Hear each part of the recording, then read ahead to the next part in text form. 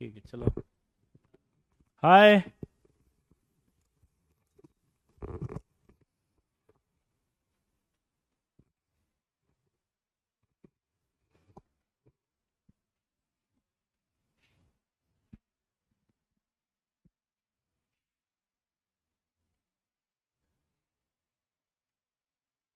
हाय, मेरी आवाज़ आ रही है?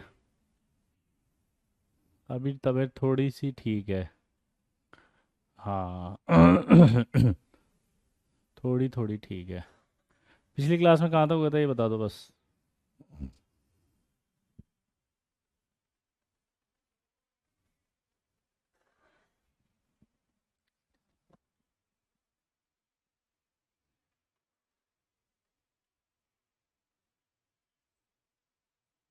कहाँ तक पिछली क्लास में कहाँ तक करा दिया था? पीरियोडिक टेबल हो गई थी शायद, है ना?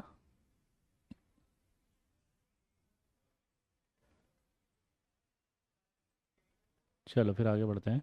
हिस्ट्री पे आते हैं, है ना? हिस्ट्री। हाँ। हमने कल पीरियोडिक टेबल पढ़ ली थी, आज हम हिस्ट्री पे जाएंगे अब।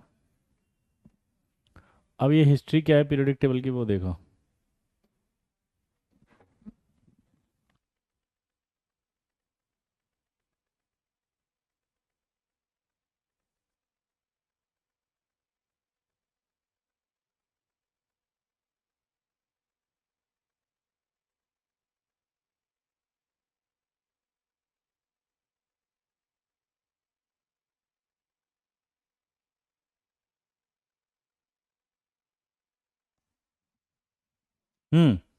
तो देखो इधर सबसे पहले अगर हम बात करें तो अब आएगा इतिहास। इतिहास समझते हैं, हिस्ट्री। अब क्या आएगा? इतिहास। इतिहास मतलब समझते हैं हिस्ट्री। और जो हिस्ट्री आएगा वो हिस्ट्री क्या होती है सुनना जरा। सबसे पहले दुनिया में अगर आपसे पूछो कि फर्स्ट क्लासिफिकेशन किसने दिया था, फर्स्ट क्लासिफिकेशन लेवोजियर ने दिया था। किसने दिया था? लेवोजियर ने। लेवोजियर ने बताया कि जो एलिमेंट्स होते हैं वो दो कैटेगरी में होते हैं। एक होता है आपका मेटल और एक होता है आपका नॉन मेटल। लेवोजियर ने क्या बताया बताओ? दो तरह के होते हैं, एक मेटल और एक नॉन मेटल। तो जब उसने कहा कि एलिमेंट दो तरह के होते हैं, मेटल और नॉन मेटल, तो फर्स्ट क्लासिफिकेशन ऑफ एलिमेंट्स था। लेकिन बाद में एलिमेंट थोड़ा सा गड़बड़ हो गया क्लासिफिकेशन, क्योंकि बाद में मेटलॉइड्स का पता चला। और मेटलॉइड का जब पता चला तो पता क्या चला? बोलो। मेटलॉइड का पता चला तो वो मेटल और नॉन मेटल दोनों की तरह बिहेव करती हैं। क्या पता चला फिर? बोलो। कि वो मेटल और नॉन मेटल दोनों की तरह ही बिहेव करती हैं। तो मेटलॉइड पता लगने से क्या हो गया? जो आपकी यूएसपी थी क्लासिफिकेशन में, खत्म हो गई। आया ना? फिर आया प्राउट। प्राउट ने क्या किया पता है? प्राउट ने बोला, प्राउट क्लासिफिकेशन या प्राउट हाइपोथेसिस क्या थी? बोलो। प्राउट हाइपोथेसिस ये थी कि उसने बोला कि जितने भी एलिमेंट्स होते हैं वो हाइड्रोजन से मिलकर बने हैं। तो जो उनका मास होगा वो हाइड्रोजन के मास के एन होगा, यानी हाइड्रोजन मास इंटू एन कर देंगे। लेकिन ये भी गलत हो गया, पूछो क्यों? क्योंकि हाइड्रोजन का मास वन नहीं होता, 1.008 होता है, क्योंकि आइसोटॉप्स आ गए। आया ना? अगर आइसोटॉप्स आ गए तो क्या हुआ? वो गलत हो गया। फिर आया तीसरा, डोबिनियर। डोबिनियर ने क्या कहा कि अगर एलिमेंट्स को तीन तीन के ग्रुप में सम जमाए। दोबारा बोलो। अगर डोबिनियर को तीन तीन एलिमेंट्स, डोबिनियर ने कहा कि अगर एलिमेंट्स को तीन तीन के ग्रुप में अरेंज किया जाए तो फर्स्ट और थर्ड का जो मास होगा उसका एवरेज आएगा सेकंड।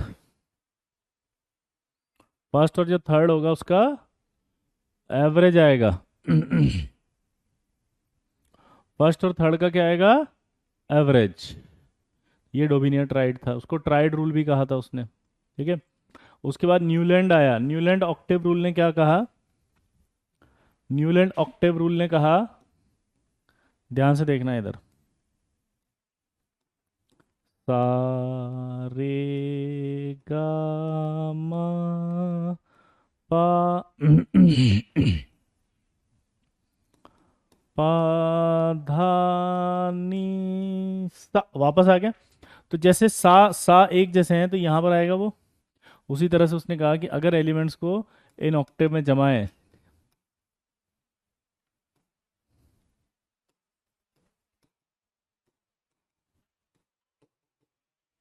तो वापस से रिपीटेशन आ जाता है।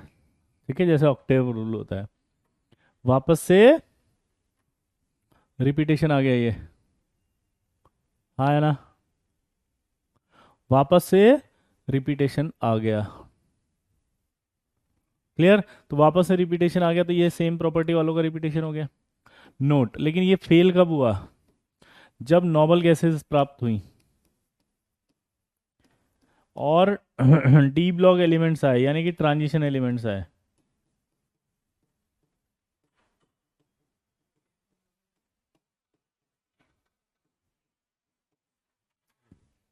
क्या हुआ? जब डी ब्लॉक आया, ट्रांजिशन एलिमेंट आए। हाँ या ना? पूछो क्यों? अगर नॉर्मल गैस खोज ली गई तो फ्लोरीन के बाद तो फिर नॉर्मल गैस आती। नॉर्मल गैस आती तो फिर यहाँ सोडियम नहीं आता, यहाँ क्या आता? नॉर्मल गैस आता।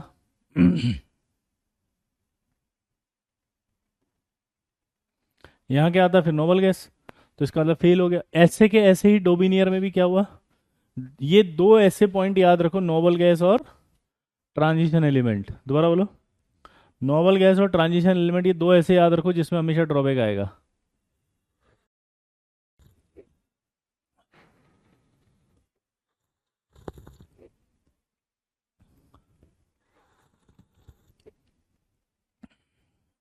क्लियर दोस्तों? आया ना? तो ये आपका न्यूलैंड ऑक्टेव रूल भी हो गया। ये लिखना नहीं है, इतिहास है ये तो। ये कौन सा है? हिस्ट्री। क्या है ये?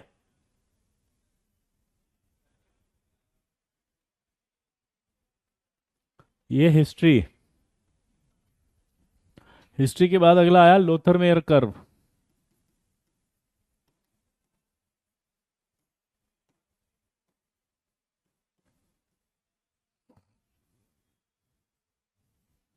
क्या आया? लोथरमेयर। लोथरमेयर ने क्या कहा? देखो एक ग्राफ बनाया उसने। वो लोथरमेयर का जो ग्राफ था वो था एटॉमिक वॉल्यूम और एटॉमिक मास।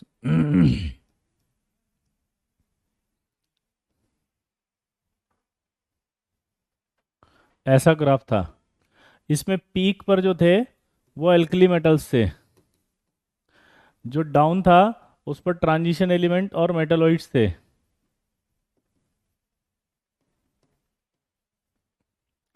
असेंडिंग पोजीशन पर हेलोजन थी और डिसेंडिंग पर आपका एल्कलाइन अर्थ मेटल। ये चार सवाल पूछा जाएगा।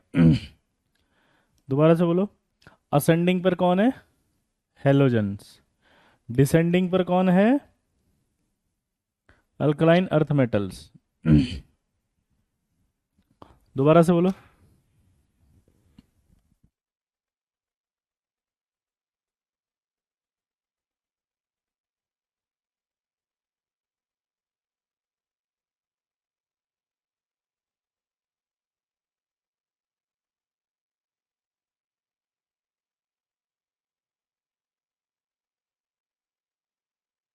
4 पॉइंट आपको याद होना चाहिए। पीक पर कौन है?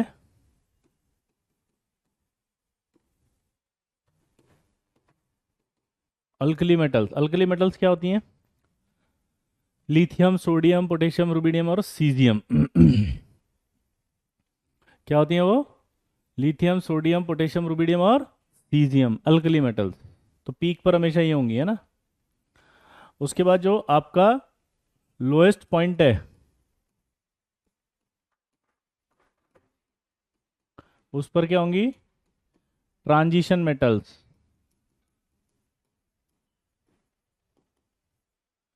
And metalloids.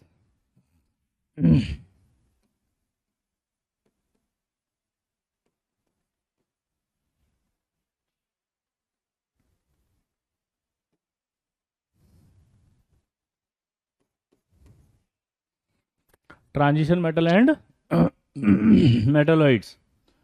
असेंडिंग पर बात करें तो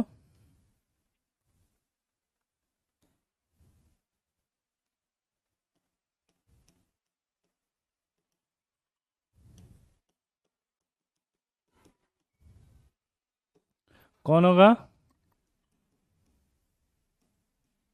हेलोजेंस।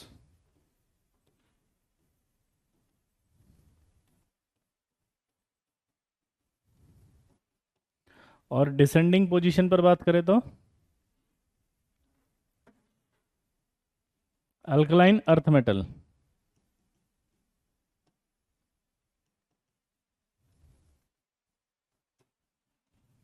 ये 4 पॉइंट आपको पता होने चाहिए।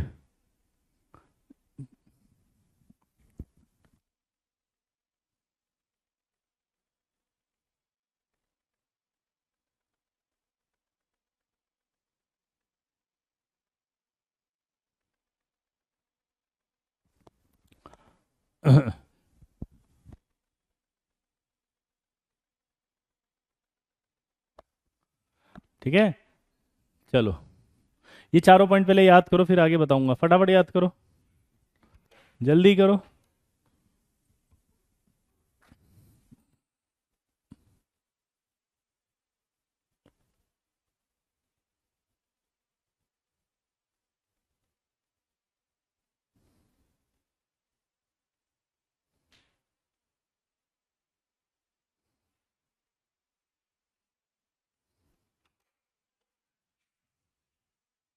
हमने स्टार्ट किया था पीरियोडिक टेबल।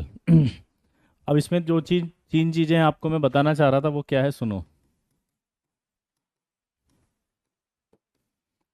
इनका एक नाम होता है एल्कली मेटल्स।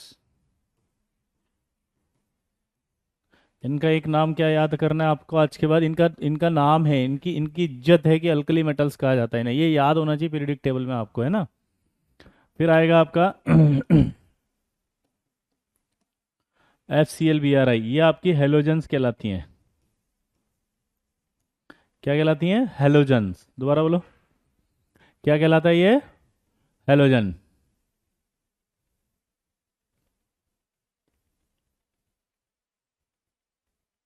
क्या कहलाते हैं ये? हेलोजेंस। अभी याद हो गए? डी ब्लॉक एलिमेंट्स जो होते हैं,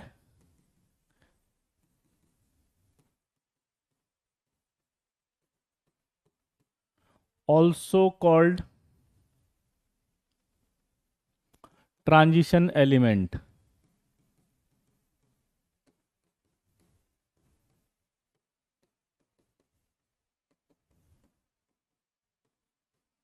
एक्सेप्ट जिंक कैडमियम Ag, ये आपको याद होना चाहिए सब कुछ, है ना। ये सब हम पढ़ेंगे अभी थोड़ी देर बाद कि ट्रांजिशन एलिमेंट क्यों कहते हैं डी ब्लॉक को, और क्यों इनको नहीं कहते, ये थोड़ी देर बाद आएगा। लेकिन अभी के लिए आपको लोथरमेयर पढ़ना है ना, तो हमें ये पढ़ना पड़ेगा। हाँ, इसको लिखना है जी, सबको लिखना है बेटा, है ना। उसके बाद है मेटालॉइड्स। मेटालॉइड्स क्या होते हैं?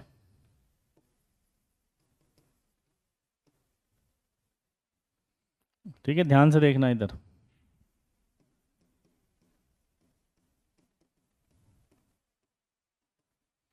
एलिमेंट्स विच हैव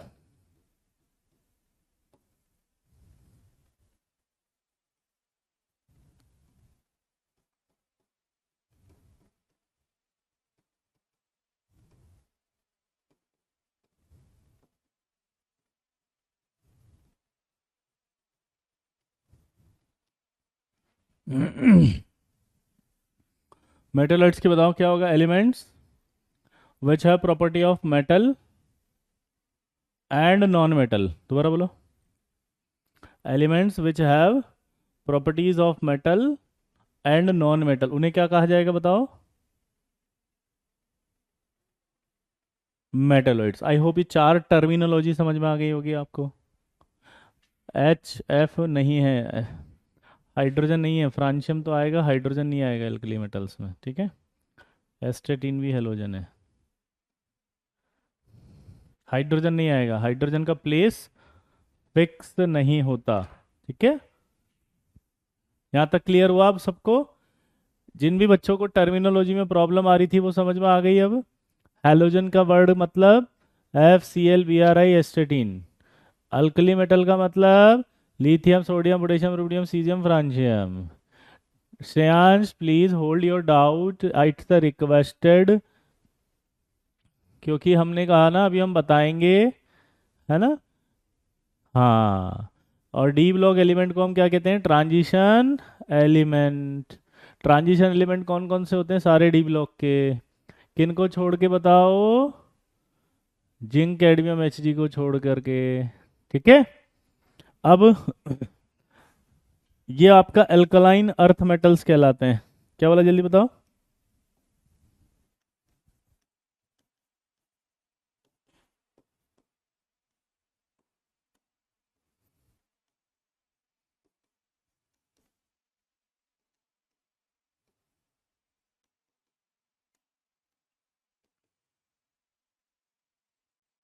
ये क्या कहलाते हैं? अल्कलाइन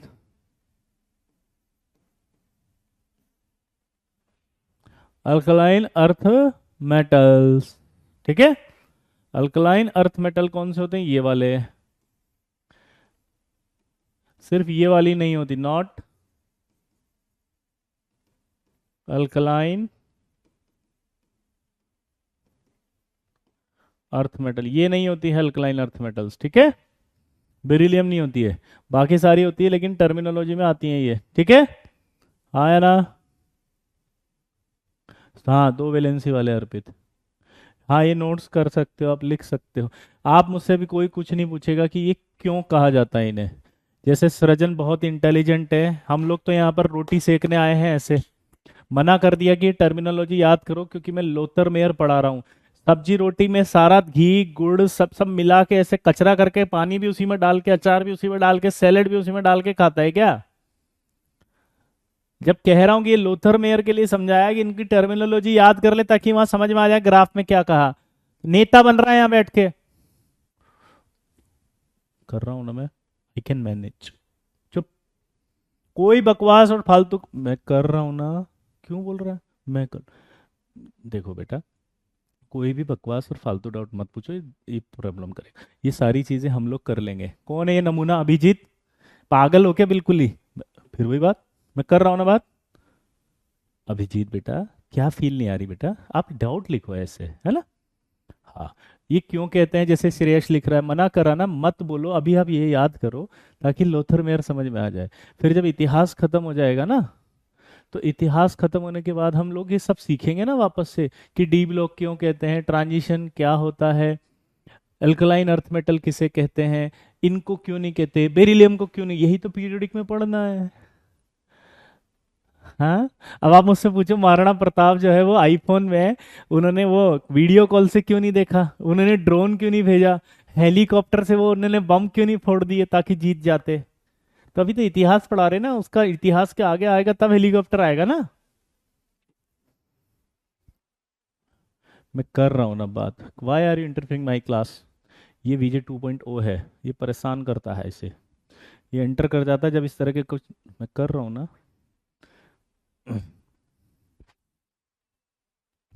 अरे तुम 11th वाले बच्चों, प्यार से पढ़ना है बेटा, है ना? अच्छे से पढ़ो। सबसे पहले ये पॉइंट करके लोथर मेयर को अच्छा कर लो आप। ठीक है। प्रॉमिस। ठीक है। अब आगे बढ़े। क्लियर? गला भी ठीक नहीं है। ये सब याद होने के बाद वापस लोथर मेयर पे आ जाओ। अब लोथर मेयर ने क्या कहा था? लोथर मेयर ने कहा था, एक ग्राफ बनाया था उसने।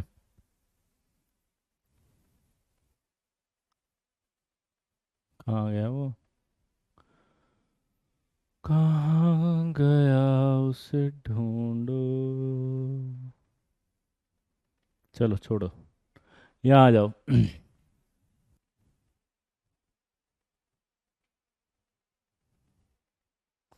ये सबसे पहला ग्राफ, पहला डेवलपमेंट ऑफ पीरियोडिक टेबल बताओ।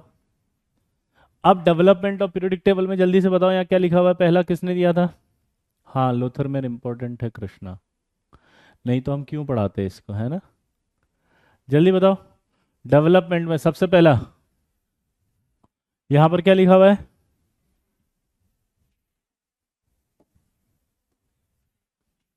पहला लेवोजियर था। लेवोजियर ने क्या बताया था? जल्दी बताओ, फटाफट से बोलते जाओ, immediately.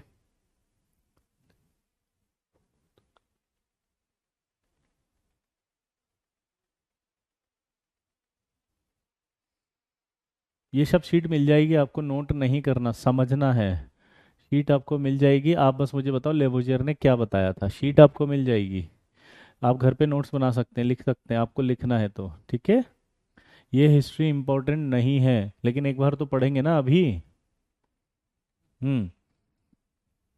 Lavoisier classified the elements simply in the metal and non metal, यहाँ तक ठीक है। यही बताया था मैंने, मेटल और नॉन मेटल्स में। मेटल आर जो अपना इलेक्ट्रॉन लूज करते हैं, नॉन मेटल जो इलेक्ट्रॉन लेते हैं। ड्रॉबैक क्या है? जब एलिमेंट इंक्रीज हो रहे थे तो क्लासिफिकेशन नहीं हो पा रहा था, और दूसरा फ्यू एलिमेंट्स ऐसे थे जो property of both metal as well as non metal रख रहे थे, उनको क्या कहा था उसने? मेटलॉइड्स। क्लियर? तो मेटलॉइड्स की वजह से क्लासिफाइड में could not decide the classification. दूसरा कौन सा आया था, अभी बताया था मैंने, प्राउड्स हाइपोथेसिस। प्राउड हाइपोथेसिस क्या है? Unitary theory. क्या है? Unitary theory. उसने अज्यूम्ड किया, मैंने बोला था ना अभी, उसने अज्यूम्ड किया कि सारे जो है किससे मिलकर बने हैं? हाइड्रोजन से। उसने क्या अज्यूम किया बताओ? सारे किससे मिलकर बने हैं? हाइड्रोजन से। So we can say that atomic weight of an element, बोलो। देसी में ही बताया था अंकित, मैं तो अंग्रेजी पढ़ रहा हूँ ना, आप लेट आए होंगे बेटा इसलिए। हाइपोथेसिस का मतलब परिकल्पना, ठीक है। परिकल्पना का मतलब होता है बताना, देसी में ही बताया था अभी। उसने बोला सब हाइड्रोजन से बने हुए हैं, तो अपन ने क्या कहा था कि वो गलत हो गया था, क्योंकि मास जो होता है वो खुद हाइड्रोजन का भी 1.00 होता है। कोई डिफरेंस नहीं है अविकेश, है ना, थ्योरी और हाइपोथेसिस। हाइपोथेसिस का मतलब मानना, थ्योरी मतलब एक्सपेरिमेंट के बाद देना, ठीक है। ड्रॉबैक क्या आया बताओ? Every element can not be formed by hydrogen, हर एक एलिमेंट तो हाइड्रोजन से नहीं बनता। और atomic weight of all element were not found as whole number, क्योंकि क्लोरीन का देखोगे तो 35.5 होता है मास, स्ट्रोंशियम का देखोगे तो 87.5 होता है, हाइड्रोजन का खुद का 1.008 होता है। वाह रितेश, थैंक यू सर, आप बहुत अच्छा पढ़ाते हो। बस ये सच्चे बच्चे हैं रितेश जैसे, बाकी नमूने कम है। अब ये कुशाग्र को नहीं मालूम इनकी तबीयत खराब है, सोर थ्रोट हो रहा है, फीवर हो रहा है, फिर भी पढ़ा रहे हैं, इसको कह रहा एनर्जी बहुत कम है। ले लो पाइप डाल करके, ठीक है, जो बच्चा कुच्चा पढ़ा रहे हैं उसको भी शर्म आना चाहिए तुमको ये बोलते हुए टीचर के लिए। तुम्हें अप्रिशिएट करना चाहिए एफर्ट की, 4 दिन की छुट्टी लेके रेस्ट नहीं कर रहा टीचर, तुम्हारे यहाँ पढ़ाने आ रहे हैं, ये पढ़ना नहीं चाहते, ये चाहते हैं एनर्जी नहीं आ रही। बताओ इनको पता नहीं कौन सा एनर्जी चाहिए। यहाँ दुकान खोल के बैठे हैं, तुमको यहाँ बेच रहे हैं साला, जो सो एनर्जी लेवल बेच रहे हैं तुमको, ड्रिंक बेच रहे हैं यहाँ पे। आईआईटी करने आया हो कि एनर्जी ठूंसने आया हो मुंह के अंदर? क्लास में आते नहीं है ऐसे बच्चे, इनको पता नहीं है कि टीचर का तबीयत खराब है, इनको ये तक नहीं पता, ये आके बैठ जाता है, पढ़ाओ बे, हम और राजा, अब हम करेंगे बाजा, हम बजाएंगे बाजा, हम नहीं पढ़ना चाहते, हम यहाँ करेंगे नेतागिरी, हमारे बाबूजी का बहुत पैसा है। शर्म आनी चाहिए तुम्हें, चैप्टर चल रहा है, जेई की तैयारी कर रही है, रैंक की बात। हमारा स्लोगन क्या है? क्या स्लोगन है? अब होगी ऑनलाइन में रैंक की तैयारी। इसीलिए इसी ऐसे ही नमूनों की वजह से और तुम्हारी ये चैटिंग की आदत से तुम टाइपिस्ट बन रहे हो, और आप यही बोलोगे तुम अभी मुझे कि 11th बैकलॉग। ऐसे नमूने ही होते हैं जो चैटिंग पे ज्यादा ध्यान देते हैं, जिनका दिमाग पढ़ने में कम और चैटिंग में टाइपिंग में करने लगता है। ऑपरेटर बनने की तैयारी कर रहे हैं, ये आईटी की नहीं कर रहे हैं। ये नमूने फिर कहेंगे बैकलॉग हो गया, how can I cover my backlog, can you provide me strategy sessions, how to cover backlog in 1 day. तो भाई जब पढ़ा रहे हैं इतनी ईमानदारी से, फोकस होना चाहिए क्वेश्चंस पे, फोकस होना चाहिए टॉपिक पे, फोकस होना चाहिए टीचर पे, नेतागिरी पे क्यों पढ़े हुए हो फटअप? हम्म। इतना लिखते क्यों, मुझे तो ये नहीं समझ में आती। तुम्हें लिखने की जरूरत क्या है? सुनने आए हो कि लिखने आए हो? कभी डाउट आए तब टाइप करो, चुपचाप बैठ जाओ, बिल्कुल कोई टाइप नहीं करेगा।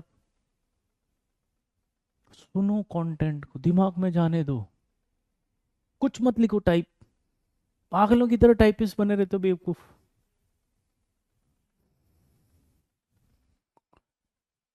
तो आई होप प्राउड समझ में आ गया होगा। अब कौन आया? डोबिनियर। डोबिनियर ने क्या बताया था बताओ? डोबिनियर ने तीन तीन एलिमेंट्स लिए और उन तीन तीन एलिमेंट्स को लेकर के उनका एक सेट बनाया। तीन तीन एलिमेंट लिए और फिर उन तीनों एलिमेंट्स का एक ग्रुप बना के बोला कि जो फर्स्ट और थर्ड एलिमेंट है इनका मास का एवरेज करोगे तो सेकंड का मास आ जाएगा। दोबारा से बोलना। फर्स्ट और थर्ड का एवरेज करोगे तो बीच वाले का क्या आ जाएगा? बोलो, मास आ जाएगा। ये सब इसके ट्रायड रूल्स कहलाते हैं। लेकिन वो कब फ्लॉप हो गया वापस बताओ? ड्रॉबैक। सारे एलिमेंट जितने भी आपको पता है वो ट्राइड में अरेंज नहीं होते हैं, क्योंकि डी और एफ ब्लॉक एलिमेंट आ गए और नोबल गैस आ गई। तो क्या होगा? उसका फ्लॉप हो गया। ठीक है। डोबिनियर के बाद कौन आया? ऐसा एक सवाल करके बताओ, एक क्वेश्चन। देखिए, अब आपसे आईटी में सवाल पूछा जाएगा तो करोगे क्या? जल्दी करो।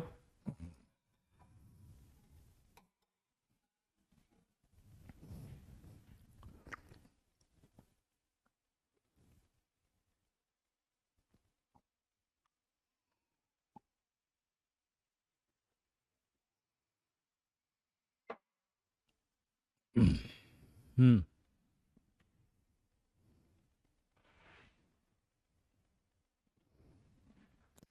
85.5 आ जाएगा, क्योंकि आपने देखा कितना था? 39 और 132 डिवाइड बाई 2 कर देंगे। ठीक है। तो इस तरह के सवाल डोबिनियर के हो जाएंगे।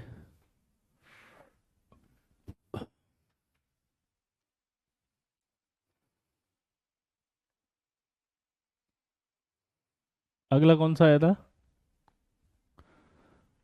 बोलो, कौन सा आया अगला? Newlands Octave rule. अब बताओ, न्यूलैंड्स ऑक्टेव रूल में क्या आया?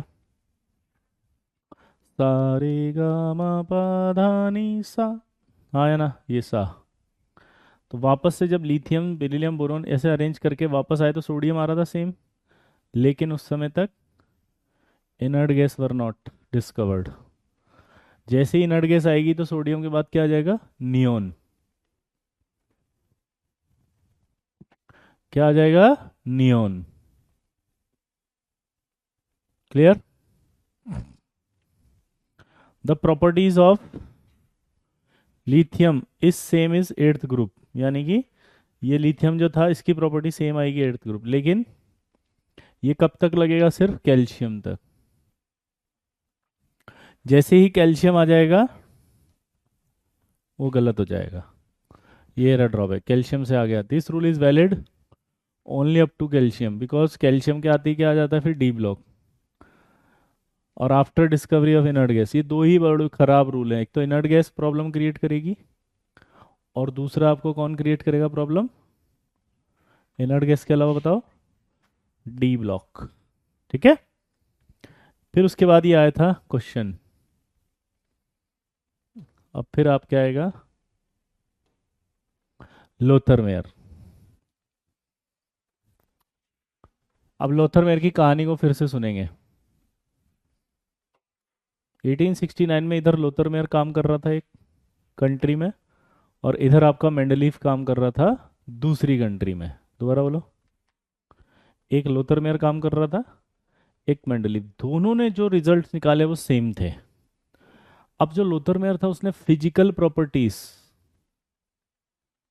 पर काम किया था, फिजिकल प्रॉपर्टीज से रिजल्ट निकाला था, और उसने जो रिजल्ट निकाला था केमिकल प्रॉपर्टीज से। मेंडलीफ ने किससे निकाला था? बोलो,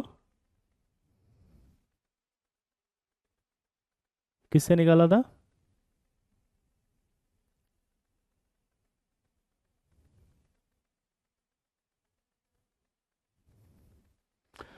इनर्ट गैस मतलब नोबल गैसों को कहा जाता है ना, helium, neon, argon, krypton, xenon, इनको इनर्ट गैस कहा जाता है बेटा। ठीक है। आया ना? क्लियर हुआ? Thank you Arul. अब इधर ध्यान दो। तो जो उसने प्रॉपर्टी निकाली वो सब इसने निकाली, लेकिन दोनों में अंतर क्या था? मेंडलीफ ने जो मिस्टेक करी, सॉरी, मेंडलीफ ने जो काम किया वो था केमिकल प्रॉपर्टीज पे, और लोथर मेयर ने जो काम किया वो किस पर था? फिजिकल प्रॉपर्टीज पर। दोबारा से बोलो। मेंडलीफ ने किस पर किया था? केमिकल पे, और इसने किया फिजिकल प्रॉपर्टीज। अब फिजिकल प्रॉपर्टीज जो थी, बॉइलिंग पॉइंट, मेल्टिंग पॉइंट, ऐसे डेंसिटी, तो उनको याद करना मुश्किल था। इसने जो रिजल्ट्स निकाले वो हमेशा कैसे थे? ग्राफिकल रिप्रेजेंटेशन थे।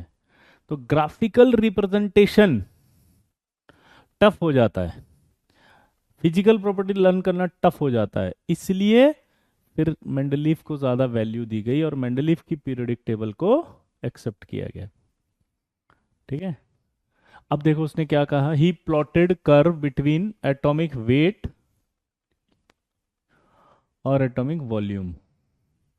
तो पहला सवाल आपसे पूछेगा कि लोथर मेयर ने किस किस के बीच में ग्राफ बनाया था, तो आंसर दे दोगे लोथर मेयर ने एटॉमिक वेट और एटॉमिक वॉल्यूम के बीच में बनाया था। दोबारा से बोलो। एटॉमिक वेट और एटॉमिक वॉल्यूम के बीच में बनाया था। ठीक है। दूसरा, उसने क्या ऑब्जर्वेशन पास की थी बताओ कर्व में, कि मोस्ट इलेक्ट्रोपॉजिटिव यानी कि एल्कली मेटल, इनको मोस्ट इलेक्ट्रोपॉजिटिव ही कहा जाता है। ठीक है, क्यों कहा जाता है बाद में बताएंगे। वो कहाँ होंगे बताओ? Peak on the curve. Most electropositive किसे कहते हैं? एल्कली को ही कहते हैं। ये क्यों कहते हैं बाद में बताएंगे। ये कहाँ होंगे? पीक पे। याद हो गया। दूसरा, लेस इलेक्ट्रोपॉजिटिव यानी कि अल्कलाइन अर्थ मेटल, अभी बताया, वो कहाँ होंगे? डिसेंडिंग। अल्कलाइन अर्थ मेटल कहाँ होंगे? डिसेंडिंग पे। मेटेलॉइड्स और ट्रांजिशन मेटल कहाँ बताए थे मैंने? बॉटम। मोस्ट इलेक्ट्रोनेगेटिव यानी कि हेलोजन्स कहाँ बताए थे? असेंडिंग। यानी उसका रिजल्ट ये था कि यार जितने भी एलिमेंट्स होते हैं वो ऑक्यूपाइड करते हैं, सेम प्रॉपर्टी वाले जो एलिमेंट होंगे वो सेम पोजीशन पर रहेंगे। क्या बोला?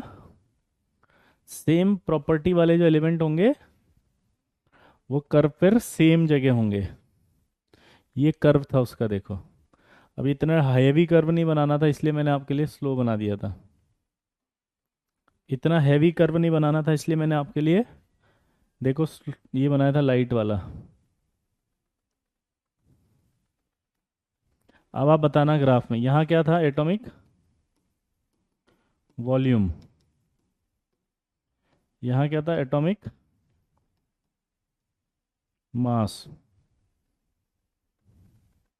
ऐसे ग्राफ ले लो। इस पोजीशन पे कौन आएंगे बताओ? पीक पे। और डाउन पे कौन आएगा? असेंडिंग। और डिसेंडिंग पे कौन आएगा? अब जल्दी बताओ। बस ये 4 पॉइंट याद करने हैं। बेरिलियम अल्कलाइन अर्थ मेटल नहीं है, अभी तो बोला था मैंने, लेकिन उस जनरल ग्रुप को बोला जाता है अल्कलाइन अर्थ मेटल। तो जनरल स्टेटमेंट में आंसर आ जाता है यस। ठीक है।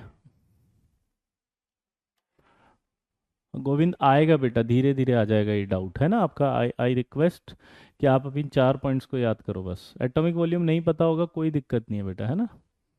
आप बस इन 4 पॉइंट्स को याद करो, फिर हम धीरे धीरे अभी पढ़ेंगे एटॉमिक रेडियाई, तो आपको एटॉमिक वॉल्यूम भी नजर आ जाएगा, सीख जाओगे आप, है ना।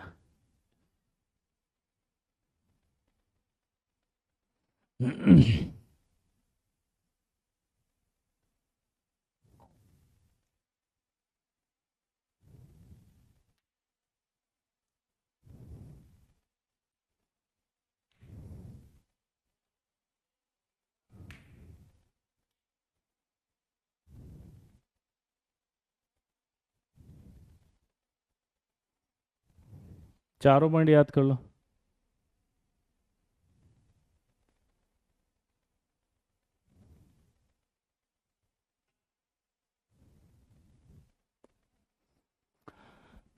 आई होप आप कर लेंगे। अगला है मेंडलीफ। भाई साहब, मेंडलीफ की पीरियोडिक टेबल जो थी 1869 में दी थी, सेम टाइम पे। इधर से कौन आया था? इधर से भी कौन आया था? मेंडलीफ। इधर से कौन आया था? लूथर मेयर, है ना।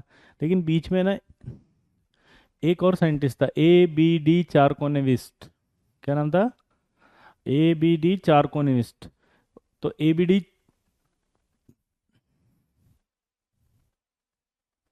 ने स्क्रू, यानी कि स्क्रू पीरियोडिक टेबल दी थी। कौन सी दी थी? स्क्रू। क्लियर? हाँ। स्क्रू टेबल जो थी, वो स्क्रू टेबल में क्या होता है, जैसे ये स्क्रू होता है ना, उस पे ऐसे सर्कल होते हैं, एलिमेंट्स को उसने ऐसे अरेंज किया था। तो ये सिर्फ एक इतिहास है छोटा सा। ठीक है, टेल्यूरिक हेलिक्स टेबल भी कहते हैं इसको। क्या बोला? Telluric helix table. Lothar Meyer के अंदर भी वही ड्रॉबैक है, नोबल गैस के बारे में पता नहीं था तो पोजीशन नहीं आई, और ट्रांजिशन एलिमेंट्स के बारे में भी ज़्यादा डिटेल नहीं थी, एफ ब्लॉक में भी नहीं था। ठीक है। Screw table. अब मेंडलीव जो था, वो पहला ऐसा साइंटिस्ट था। क्या बोला, जल्दी बताओ। मेंडलीव पहला ऐसा साइंटिस्ट था जिसने जो ऑब्जर्वेशन दिया था वो किससे किया था? केमिकल प्रॉपर्टीज पर बेस्ड।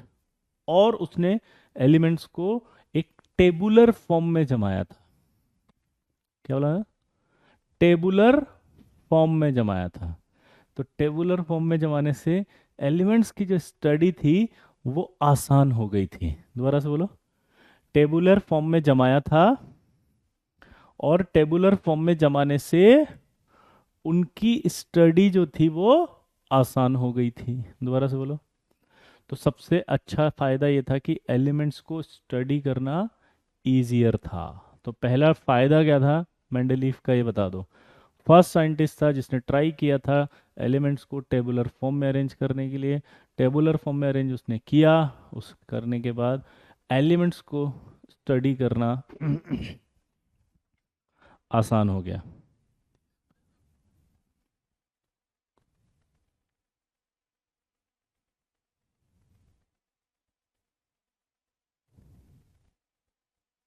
यहाँ तक क्लियर हो गया? अब उसने क्या कहा, उसने ये कहा कि जब एलिमेंट्स को increasing order of atomic mass में अरेंज करते हैं, दोबारा से बोलना, जब एलिमेंट को इंक्री increasing order of atomic mass में अरेंज करते हैं, तो सर्टेन इंटरवल के पश्चात सेम प्रॉपर्टी वाले एलिमेंट्स की रिपीटेशन होती है। क्या बोला, दोबारा बताओ। सेम इंटरवल के पश्चात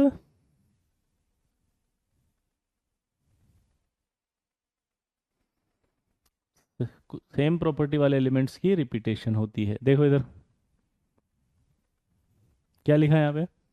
Mendeleev periodic law, physical and chemical properties of an element are the periodic function of atomic weight.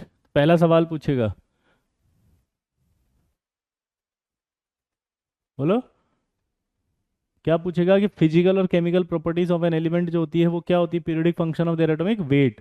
तो क्वेश्चन जो पूछेगा, periodic function of atomic weight.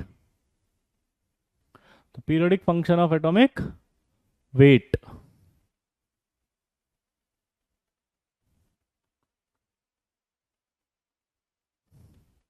Clear? दूसरा, characteristics of Mendeleev periodic table में क्या थी? पहला, it was based on atomic weight. पहला सवाल आप क्या बोलोगे, किस पर बेस्ड थी ये बताओ?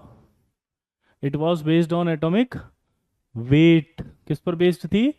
एटॉमिक वेट पर। दूसरा, जब उसने दिया तो कितने एलिमेंट थे? 63 एलिमेंट थे। जब उसने पीरियोडिक टेबल दी तो उस समय हमारे पास सिर्फ 63 एलिमेंट्स थे। ये तो उस समय 63 एलिमेंट्स थे, और नोबल गैस उस समय तक डिस्कवर्ड नहीं थी। तो यानी कि क्या लिखा उसने, 63 एलिमेंट थे, noble gases were not discovered. He was the first scientist to classified the element in the systematic manner. मैंने अभी बताया था, पहला ऐसा साइंटिस्ट था जिसने टेबुलर फॉर्म में बनाया था। यानी उसने ऐसे टेबुलर फॉर्म, मतलब समझते हो आप, हॉरिजॉन्टल रोज रखी और वर्टिकल कॉलम रखे। क्या रखी बताओ? हॉरिजॉन्टल रोज और वर्टिकल कॉलम। तो पहला ऐसा साइंटिस्ट था, क्या लिखा था? He was the first scientist who classified the elements in a systematic manner, that is horizontal rows and vertical columns. Horizontal rows were called periods. लेकिन एक बात बताएं, उस जमाने में जब उसने दिया था ना, तो हॉरिजॉन्टल रोज उस समय सीरीज के नाम से बताया था उसने, और उसने 12 सीरीज बोला था इनको। क्या बोले जल्दी बताओ? हॉरिजॉन्टल रोज जो थी वो क्या थी? सीरीज। और वो सीरीज क्या थी? 12, जो कि बाद में किस नाम से जानी गई? 7 पीरियड के नाम से। किसके नाम से जानी गई? पीरियड के नाम से। दोबारा से बोलेंगे। मेंडलीफ ने हॉरिजॉन्टल रोज थे, उन्हें सीरीज कहा था। 12 सीरीज थी जो बाद में 12 7 पीरियड के नाम से जानी गई। वर्टिकल कॉलम्स थे, उन्हें ग्रुप कहा गया। कितने ग्रुप थे टोटल? 8। ईच ग्रुप जो था अप टू 7, मतलब 7 तक हर एक ग्रुप ए और बी में डिवाइडेड था। ठीक है। और उन ए वाले ग्रुप्स जो थे उन्हें कहा जाता था नॉर्मल एलिमेंट। तो जो नॉर्मल एलिमेंट होते हैं वो कौन से वाले होते हैं?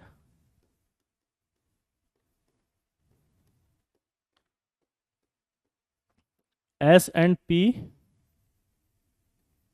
ब्लॉक के एलिमेंट्स होते हैं normal element. S and P block क्या कहलाते हैं? Normal element.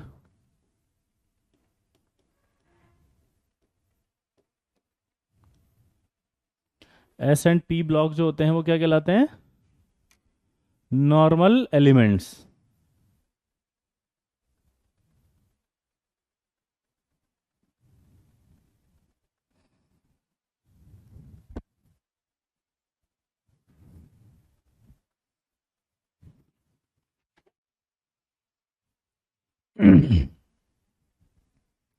क्लियर?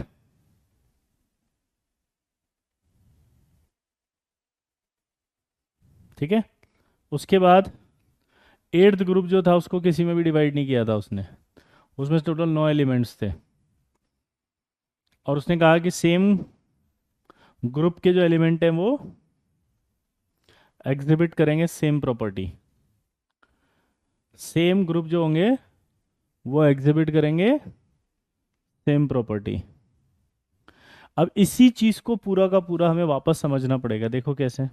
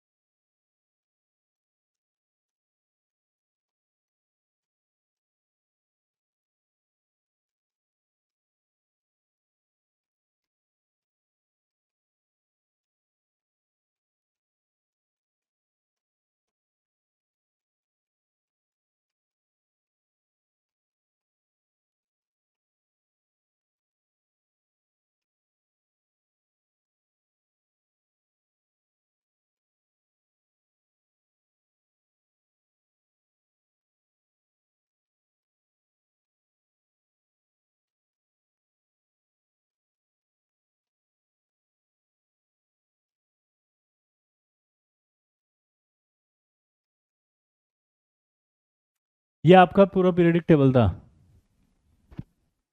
आया ना। और यहाँ से आपको पता है सीरियम 58 से लेके लुटीशियम 71 तक, थोरियम 90 से लेके लोरेंशियम 103 तक।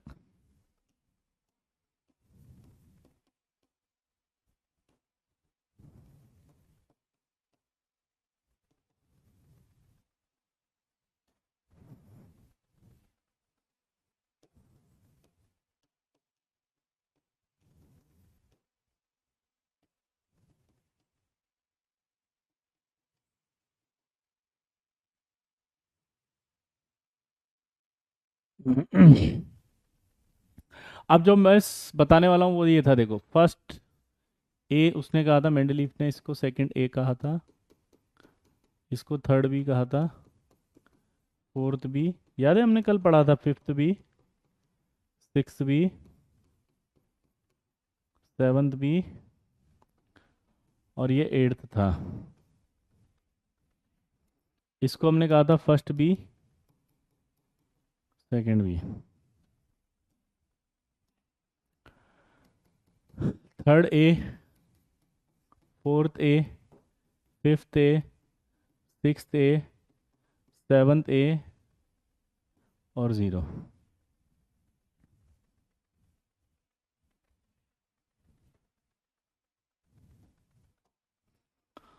क्लियर।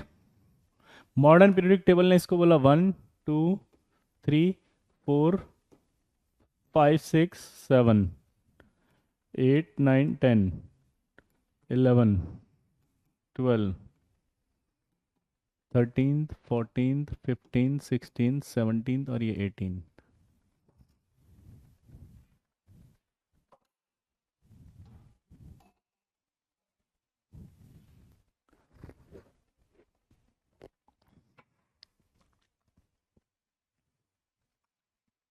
क्लियर हुआ।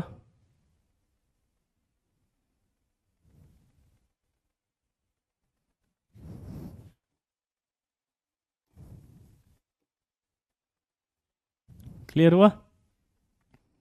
तो जो मेंडलीफ ने कहा था वो पीछे आओ वापस। उसने कहा हर एक ग्रुप दो सब ग्रुप में डिवाइडेड है, देखो ये फर्स्ट ए, ये फर्स्ट बी। तो उसने कहा था फर्स्ट ए में नॉर्मल एलिमेंट रखे गए यानी एस ब्लॉक ए वालों में, और पी ब्लॉक, तो ये ए वालों में पी ब्लॉक है।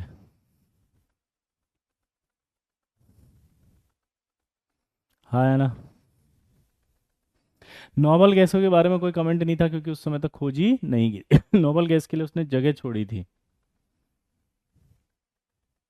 ये सब कल बता दिया था बेटा, शायद आप लेट थे। आप बोल रहे हैं लक्ष्य ट्रिक बताओ, ये पिछली क्लास में हो चुका है ना, आप उसको पढ़ना जाके। तो ये नॉर्मल एलिमेंट नहीं है जीरो ग्रुप वाले, ये नोबल गैसें हैं। ठीक है, हमने क्या कहा था, नॉर्मल एलिमेंट कहा जाता है एस और पी ब्लॉक को एक्सेप्ट नोबल गैस, उनको नॉर्मल एलिमेंट नहीं कहते। आया ना। क्लियर। अब इधर आओ।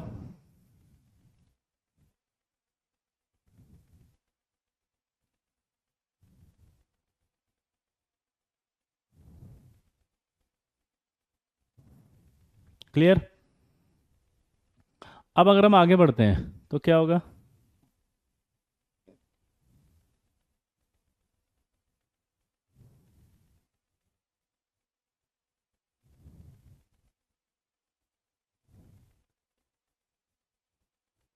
बोलो। हर एक ग्रुप सब ग्रुप में डिवाइडेड था, लेकिन एक ऐसा था जो नहीं था, वो कौन सा था, एट्थ। देखो आप, एट्थ किसी भी सब ग्रुप में नहीं है, और एट्थ में उसने 9 एलिमेंट रखे थे तीन तीन के ग्रुप में। ये सब लिखा हुआ जो ही मैं पढ़ रहा हूँ, आया ना। पक्का। सच बोलो, ये आपके 9 एलिमेंट है कि नहीं है।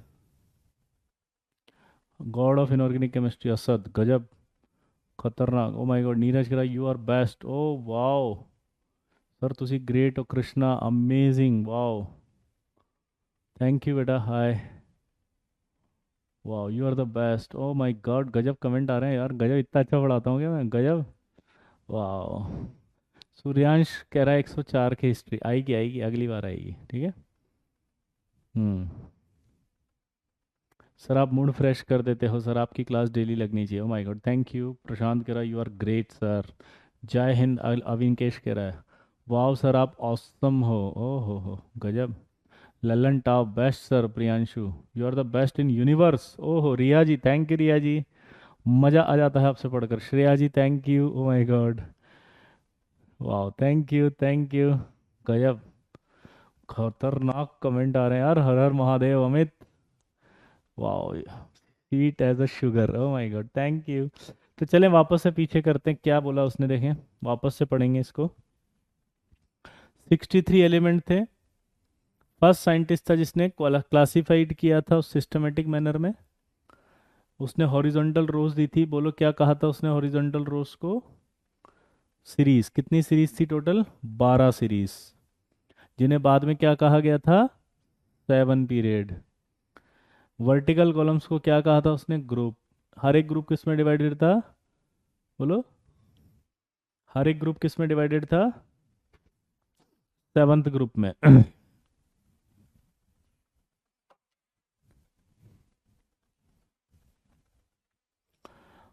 8th ग्रुप को छोड़ करके, 8th ग्रुप में टोटल कितने थे? 9 एलिमेंट। उसको किसी भी ग्रुप में डिवाइड, सब ग्रुप में डिवाइड नहीं किया था। ग्रुप ए में कौन से रखे गए थे? एस और पी ब्लॉक, नॉर्मल एलिमेंट्स। और इसमें कितने रखे गए थे? बोलो, बी वाले में ट्रांजिशन एलिमेंट, ठीक है। और एक ग्रुप में वो आएंगे जो सेम प्रॉपर्टी रखते हो, ठीक है। आई होप मेंडलीफ के बारे में कुछ कुछ समझ में आ गया होगा। अब एक सवाल पूछेगा, बताओ मेंडलीफ का पीरियोडिक फंक्शन किस पर बेस्ड था? दोबारा बोलो, मेंडलीफ का पीरियोडिक फंक्शन किस पर बेस्ड था, बताओ।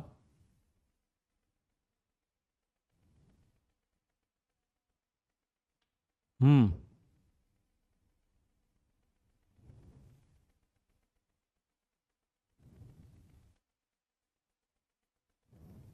केमिकल प्रॉपर्टीज नहीं, एटॉमिक वेट पर, एटॉमिक मास पर डिपेंडेंट था। अरे यार ऐसे करोगे क्या?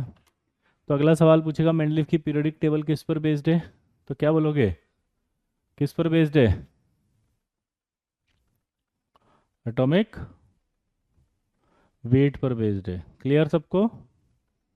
किस पर बेस्ड है बताओ? एटॉमिक वेट पर बेस्ड है।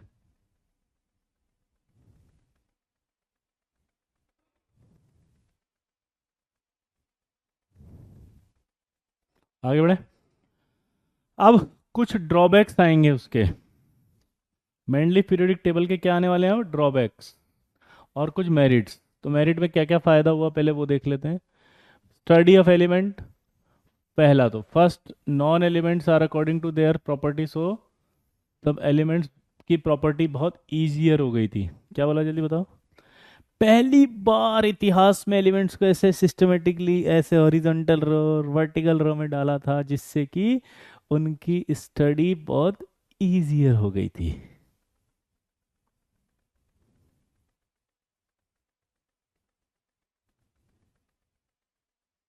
पहला फायदा तो यही था। ईस्ट या best, VJ sir is the best. हो वाओ, थैंक यू।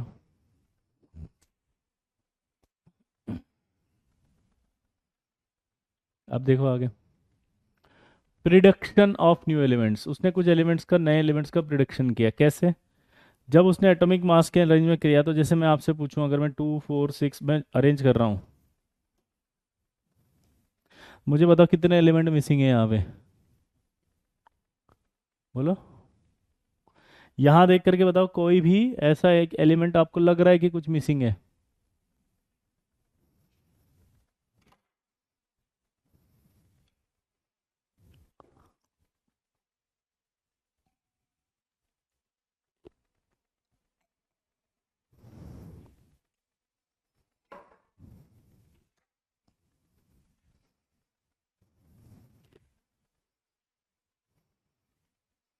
हम्म। अगर मैं मैथमेटिकली सोचूं तो मुझे लग रहा 8 और 12 कुछ ना कुछ तो मिसिंग है। तो ऐसा नहीं लग रहा 2 एलिमेंट होने चाहिए? तो उसने भी यही किया कि जब एलिमेंट्स को इंक्रीजिंग ऑर्डर ऑफ मास में अरेंज कर रहा था, तो उसने पता है क्या देखा? उसने देखा कि कुछ मिसिंग है, कुछ ऐसे हैं जो मिसिंग है। अब वो कौन से थे वो देखो, कि it gave encouragement of new elements. उसने कुछ गैप छोड़ा, जैसे स्कैंडियम, गैलियम, जर्मेनियम और टेक्नीशियम, इन चार एलिमेंट की खोज की थी। ये याद कर लो आप कौन कौन से थे वो, स्कैंडियम, गैलियम, जर्मेनियम और टेक्नीशियम। तो नए एलिमेंट कौन से खोजे थे ये पूछ सकता है आपसे। स्कैंडियम, गैलियम, जर्मेनियम और टेक्नीशियम, जल्दी बताओ। These were the elements for whom position and properties are well defined. Visco और डिस्कन लैब, ठीक है, क्लियर। ये चार बॉक्स बने हुए हैं, इनको याद करना है आपको। उसने जो खोजे थे, एक तो एक का एल्यूमिनियम, इसको नाम दिया उसने गैलियम। एक का सिलिकॉन खोजा, उसने नाम दिया जर्मेनियम। एक का बोरोन जो आजकल स्कैंडियम है, और एक का मैग्नीज जो आजकल टेक्नीशियम है। तो ये चार आपको याद करने एज इट इज आएंगे टिक लगाने के लिए, जल्दी करो।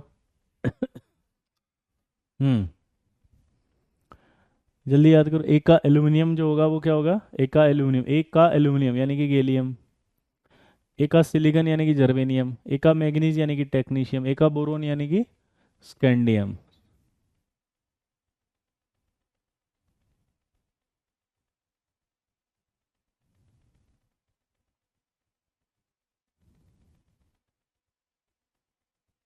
ये चारों आएंगे भाई। कृष्णा, जो समझ में नहीं आ रहा बेटा घर जाके थोड़ा ट्राई करना, फिर नेक्स्ट क्लास में पूछना, ठीक है कृष्णा? आई होप समझ गए होंगे। अच्छा, अब ये सवाल करके बताओ।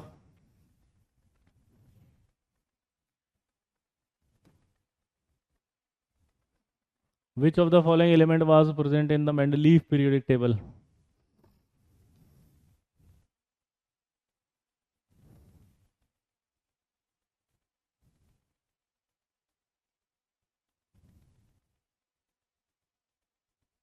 सारे?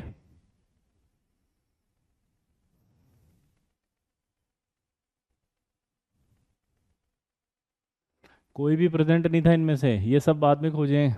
ये ऊपर लिखे हुए देखो, आंसर डी आ जाएगा। अब उसने कुछ एलिमेंट्स का करेक्शन किया, अगला फायदा क्या था? करेक्शन किया उसने डाउटफुल एलिमेंट एटॉमिक मास का। कैसे किया वो देखना। जो बेरिलियम होता है उसका कॉन्फ़िगरेशन आप लिखो, तो आएगा 1s2 2s2। तो इस सेकंड में आ रहा है, तो सेकंड में आ रहा है, इसका मतलब इसका वैलेंसी सेकंड है। एक टर्म आएगी वैलेंसी, जिनको नहीं पता वो आगे पढ़ेंगे वैलेंसी। जो सेकंड ग्रुप के होते हैं वो सेकंड वैलेंसी शो करते हैं, जो फर्स्ट ग्रुप में होते हैं वो फर्स्ट वैलेंसी शो करते हैं। तो इसकी वैलेंसी क्या हो गई? दो। और एक फॉर्मूला होता है मोलिकुलर मास का, वो होता है इक्विवेलेंट वेट, ये फिजिकल में आ जाएगा, इनटू वैलेंसी। अब पहले बेरिलियम को रखा था उन्होंने थर्ड ग्रुप में, और बेरिलियम का इक्विवेलेंट वेट था 4.5, और उन्होंने किस में रखा हुआ था उसे? थर्ड ग्रुप में। मेंडलीफ से पहले के जो साइंटिस्ट थे उन्होंने थर्ड में रख दिया था। तो अब अगर आप दिमाग की बत्ती जलाओ यहाँ पे, तो क्या होगा? ऐसा नहीं लग रहा है यहाँ पर 13.5 आ जाएगा 4.8 इंटू 3? तो इसका मतलब आपकी जो वैलेंसी थी वो 3 थी, लेकिन जब इसने जमाई तो इसने क्या पाया कि बेरिलियम तो सेकंड ग्रुप में आ रहा है, वो तो किस में आ रहा है?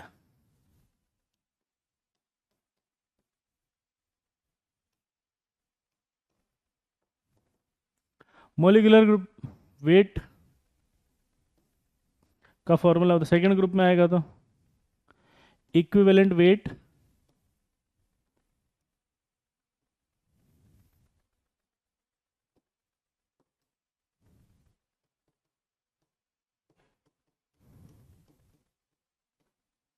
इक्विवेलेंट वेट बराबर इंटू वैलेंसी। तो 4.5 तो ऐसा था वैलेंसी, लेकिन 2 थी, तो क्या हो जाएगा? ये 9।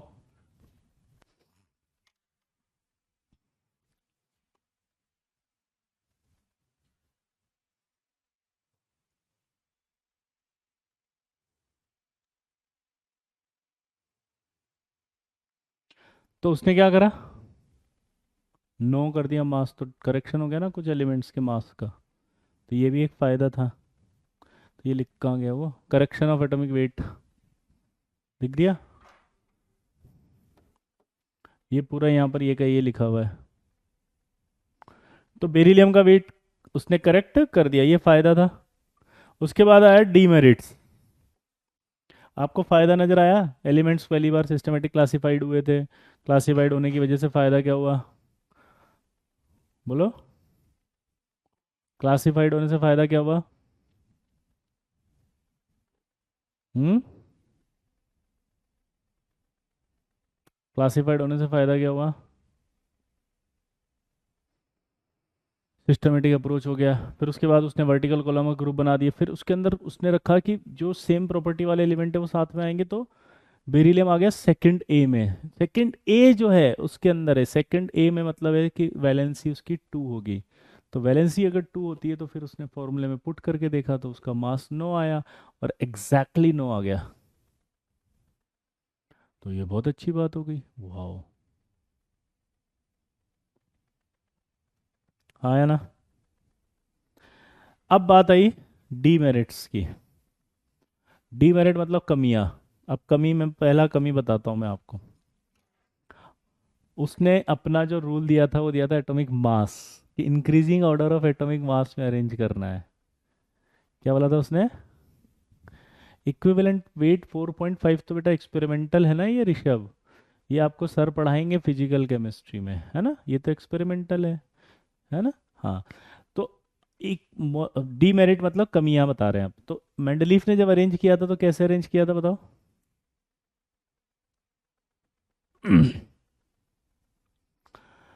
मास में। तो हमने पूछा आइसोटॉप्स का तो मास अलग अलग होता है, आइसोटॉप्स का तो मास अलग अलग होता है, फिर आप आइसोटॉप्स रखो। तो उसने आइसोटॉप्स को कोई प्लेस नहीं दिया। दूसरा, लेंथेनाइड और एक्टिनाइड को टेबल के नीचे पटक दिया, वो अभी भी नीचे ही पड़े हैं। तो दो ड्रॉबैक आ गए। तीसरा ड्रॉबैक, उसने इंक्रीजिंग ऑर्डर ऑफ मास जो था उसका ऑर्डर कई जगह तोड़ दिया अपने आप ही। और तोड़ते समय ये कहा कि उस प्रॉपर्टी को मैं ज्यादा वैल्यू दूंगा। तोड़ते समय क्या बोला उसने, कि जो प्रॉपर्टी है उसको मैं ज्यादा वैल्यू दूंगा। देखो उसने कहाँ कहाँ तोड़ा उसको समझना। ये पीरियोडिक टेबल है, अगर मैं इसको देखूं तो कोबाल्ट और निकल में कोबाल्ट का मास ज़्यादा है, ध्यान से सुनना, निकल का कम है। लेकिन ऐसा नहीं लग रहा पीरियोडिक टेबल में कोबाल्ट पीछे रख दिया, निकल आगे रख दिया, जबकि मास किसका ज़्यादा है? कोबाल्ट का। यहाँ पर आर्गन है, ये जो आर्गन है और ये पोटेशियम है, अगर इसमें देखें तो पोटेशियम का मास ज़्यादा है, आर्गन का कम है। तो आर्गन को, पोटेशियम को यहाँ रखना चाहिए था, आर्गन को उठा के यहाँ रखना चाहिए था। तो उसने यहाँ पर भी प्रॉपर्टी के हिसाब से रखा, नहीं आर्गन तो यहाँ आएगी नोबल गैस है, तो पोटेशियम यहाँ आएगा क्योंकि इसकी प्रॉपर्टी इनकी जैसी आएगी। तो यहाँ तोड़ दिया उसने। उसके बाद ये आपका आयोडीन और टेलुरियम में तोड़ दिया। टेलुरियम का मास ज़्यादा है, आयोडीन का कम है, तो टेलुरियम को आगे होना चाहिए, आयोडीन को पीछे होना चाहिए। यहाँ भी उसने अपना एक ऑर्डर तोड़ दिया। तो इस तरह से जब उसने ऑर्डर तोड़े तो हमने बोला कि भाई आपने ऑर्डर क्यों तोड़े, तो बोला प्रॉपर्टी सेम है तो वहां रखूंगा। चलो हमने मान लिया। ये मानने के बाद हमने उससे क्वेश्चन पूछा, पता है क्या, कि प्लेटिनम और गोल्ड दोनों ही सेम प्रॉपर्टी रखते हैं, लेस रिएक्टिव होते हैं। थोरियम और प्रोटेक्टिनियम यहाँ नहीं आएगा ना, इसलिए नहीं बताया, अभी बताएंगे इसको भी, है ना सर्जन। पीटी और एयू जो है सेम प्रॉपर्टी रखते हैं, तो फिर आपने इन्हें अलग अलग क्यों रखा? देखो, पीटी को कहाँ रख दिया उसने,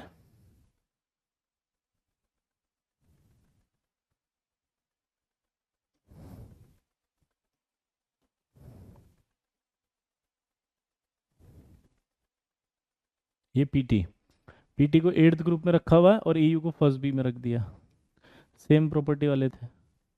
उसके बाद गलत हो गया ना ये।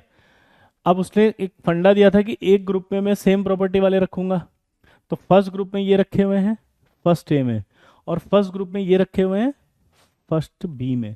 ये कॉइनेज मेटल्स कहलाती है, लेस रिएक्टिव है। कॉइनेज मेटल सिक्का बनाने वाली धातु है। एल्कली मेटल्स हैं, ये बहुत ज़्यादा रिएक्टिव होती है, बम आग लग जाती है अगर इन्हें हवा में छोड़ दें तो। आपको पता भी होगा।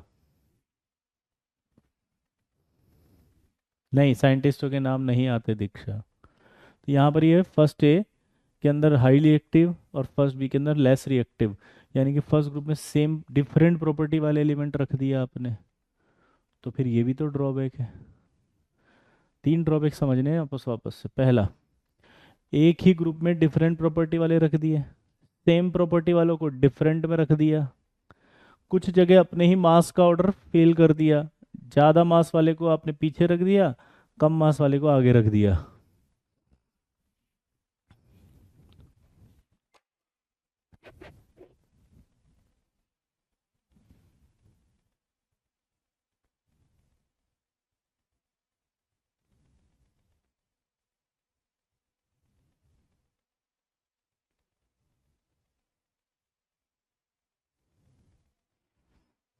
तो ये ड्रॉबैक थे लिखे हुए, देखो।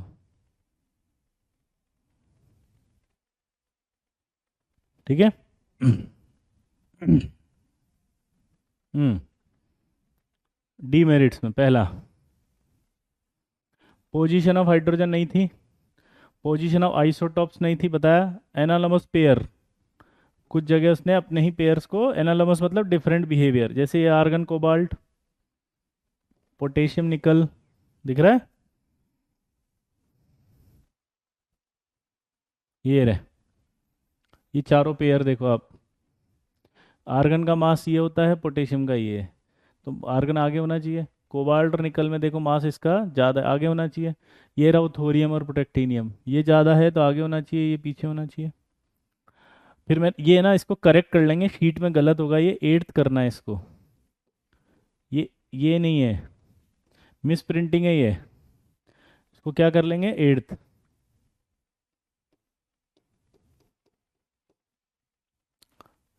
ये जो मैंने कहा था कि गोल्ड और प्लेटिनम सेम प्रॉपर्टी वाले होते हैं, तो गोल्ड और प्लेटिनम को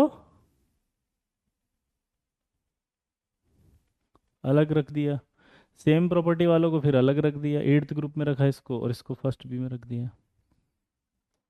फर्स्ट ग्रुप में ये देखो आप, फर्स्ट ए में आपके एल्कली मेटल्स को रख दिया, और इसमें कॉइनेज मेटल्स को रख दिया। कॉइनेज मेटल्स क्या कहलाती हैं, लेस रिएक्टिव, और एल्कली मेटल्स क्या कहलाती है, मोर रिएक्टिव। क्लियर। तो ये ड्रॉबैक आए नहीं आए समझ में। ये एक्चुअल पीरियोडिक टेबल थी मेंडलीफ की।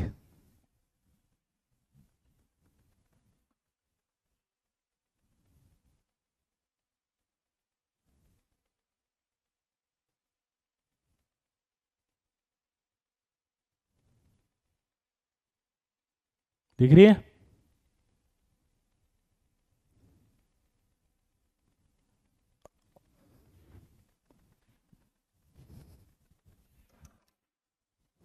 हाँ या ना। तो ये आपके मेंडलीफ तक आपको याद करके आना। अब पहला सवाल करके बताओ इसका, चलो देखें आपको कितना आता है आज।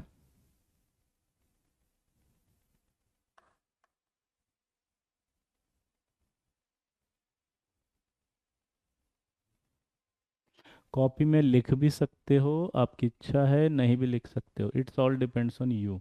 आप अगर ये डायरेक्ट याद कर लेते हो तो ठीक है।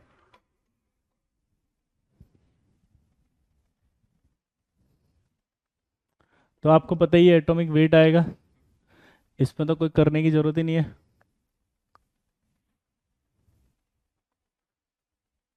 ये करो।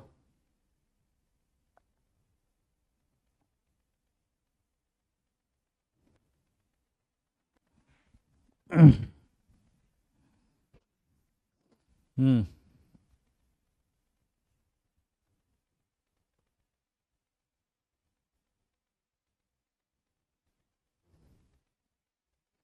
सिस्टमेटिक तो एक ही था जिसने किया था बेचारे ने।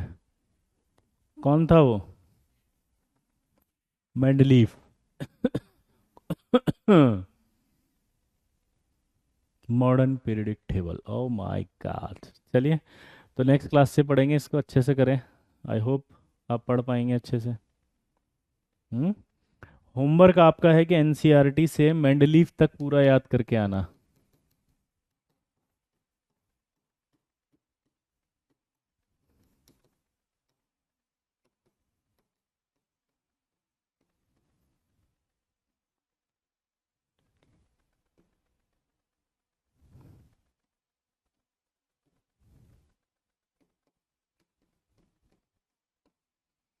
पूरा याद करके आना है ना।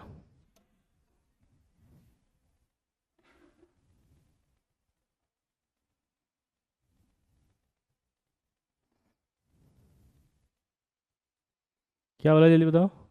शीट अपलोड आज कर देंगे हम, हाँ। शीट अभी अपलोड हो जाएगी। क्या बोला मैंने? शीट अपलोड कर देंगे आज। मेंडलीफ तक पूरा अच्छे से याद करके आना, हाँ या ना? प्रॉमिस करो। पक्का?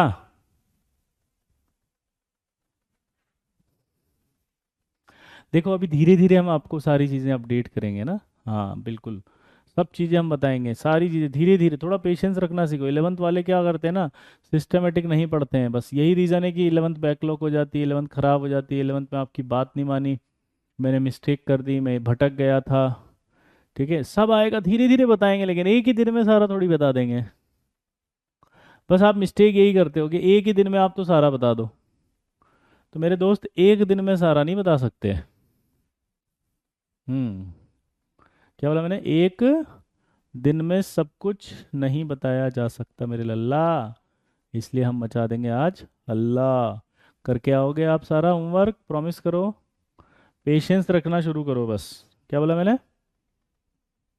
यार ये क्या बोल रहा है, जीरो का गलत पोजीशन रख दिया। एक बच्चा बार बार डाउट है, क्या है ये, कौन सा है जीरो का थोड़ा ढंग से लिखो ना, डाउट भी क्लियर कर देंगे। जीरो का पोजीशन क्या बोल रहा है ये? चेक करना जरा, जीरो का पोजीशन क्या है। हम्म। शीट करनी है ना, अप टू मेंडलीफ लिखा तो है यहाँ। चैप्टर का नाम है पीरियोडिक टेबल। अरे वो जीरो जीरो, जल्दी बता कहाँ क्या लिखा है डाउट।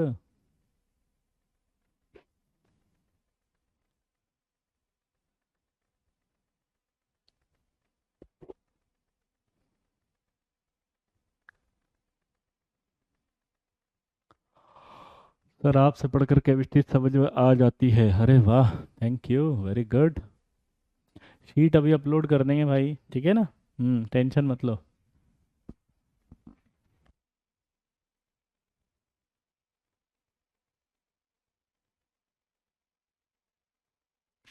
ठीक है, तो नेक्स्ट क्लास से नया टॉपिक चालू करेंगे, इसलिए जल्दी छोड़ रहे हैं ना।